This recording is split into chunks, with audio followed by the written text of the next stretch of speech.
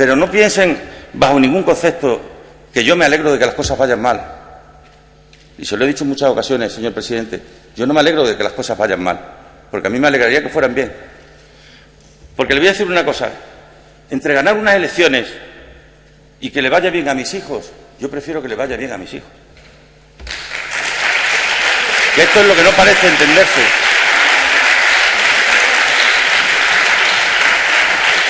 O dicho de otra manera, si para que le vaya bien a mis hijos y a los suyos y a los de todos, me tiene que ir mal a mí electoralmente, yo lo doy por bien entendido.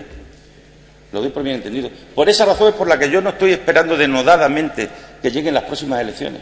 Yo estoy esperando denodadamente que seamos capaces de superar la crisis. Mi partido es responsable de mucha parte de la historia de Extremadura y como responsable de mucha parte de la historia de Extremadura se siente muy vinculada a ella. Y vamos a luchar y vamos a pelear por intentar mantener todo lo posible y ayudar en todo aquello que sea posible. Lo único que esperamos es que ustedes se quieran o se dejen ayudar alguna vez. La historia de estos 16 meses del primer presupuesto y lo que va a ser el segundo presupuesto es la historia de más paro y eso es indiscutible. Es la historia de más pobreza que Extremadura y eso es indiscutible. Y es la historia de un sinfín de promesas incumplidas y eso también es indiscutible.